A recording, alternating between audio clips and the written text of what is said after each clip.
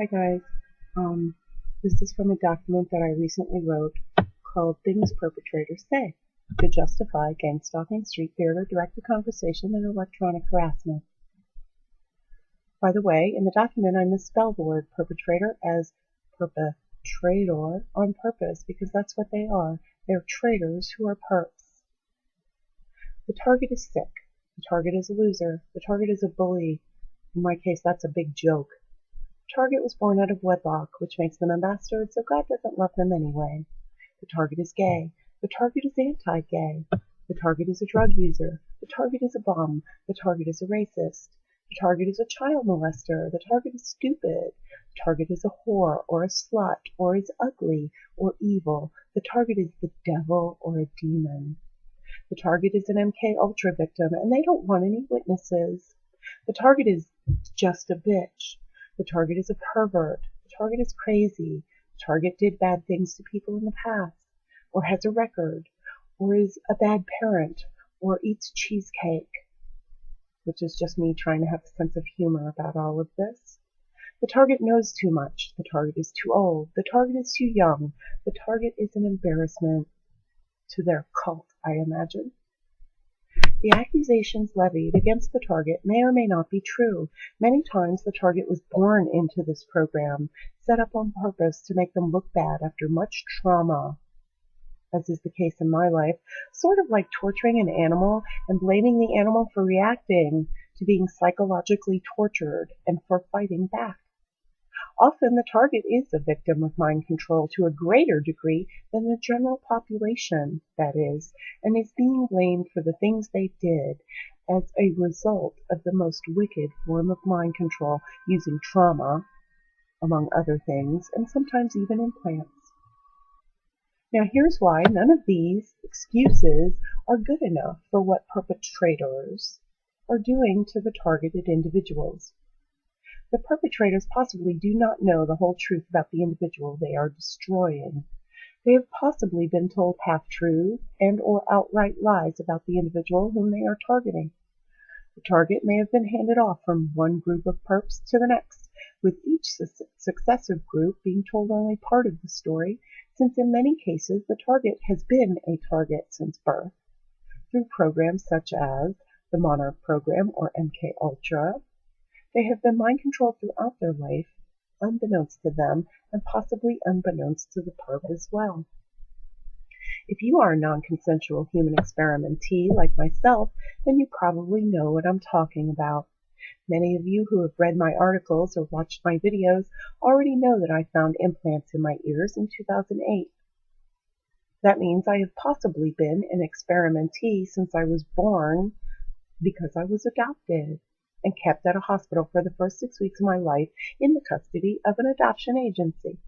This also means that anything I did while under the influence of these implants, which may indeed be cochlear implants based on the location of the RFID chips that I found, is directly attributable to those who are using these implants to influence my life or who have used them since I was a child, since I never consented to the procedure in the first place. The mind control, again, does not equal consent. Some of you who have been targeted are aware of something called the Truman Show effect. We call it that because as targets, we see bits and pieces of our life stories displayed in movies, music, and television. This leads me to the conclusion that we, the victims of this horrible and inhumane crime, are like slaves whereby all of our intellectual property is stolen from us and others get to profit from our suffering. It is the most disgusting crime that could ever be thought up, since the victim, so far, has no real proof and the perpetrators have plausible deniability. And the nation denies that slavery even exists. The scary part is that when I look back over my life, I have noticed this effect going on to some degree throughout it. One example of this is the fact that when I was very young, maybe about 6 or 7, I had this thought. What if the world around us that we see isn't actually real? What if it's like some kind of movie covering our field of vision? At the time, I had no idea about virtual reality, and this was how I put the concept into words. Years later, I would see Disney come out with the 365-degree movies at Epcot, Eventually, I would see the concept in movies such as The Matrix and Dark City.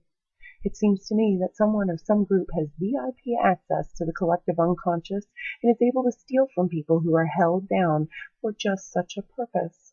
Some of you may see how this is done on both physical and metaphysical levels. Now it seems that is what I am seeing in this world. It is a world where we are made to believe that everyone has the same chance in life, but it is hardly the case. It has become a world where our intellectual property is stolen, and then they sell it back to us in the form of movies, music, and television.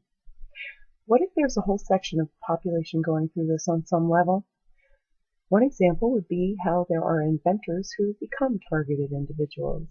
Another would be how Renee Case, the nurse who invented Essiac tea, had sold her idea to a pharmaceutical company that shelved it after promising that they would research and develop her formula as a cure for cancer.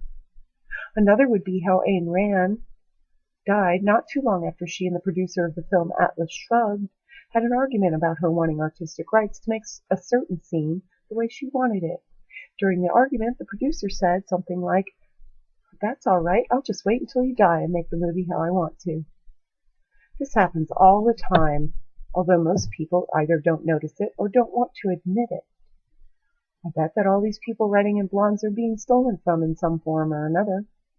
We live in a wheel where everyone steals, is what I heard the band Bush say some time ago. I would hope that this form of slavery doesn't last forever, because I fear it causes major problems in people's lives, probably on a subliminal level, and they are possibly disturbed by the sense that they are being ripped off but cannot put their finger on what is really going on. As a result of this subconscious feeling that you are being robbed, you may have emotional issues that end up affecting the way you interact with others. Eventually, this will get used against you, even though it cannot be truly blamed on you.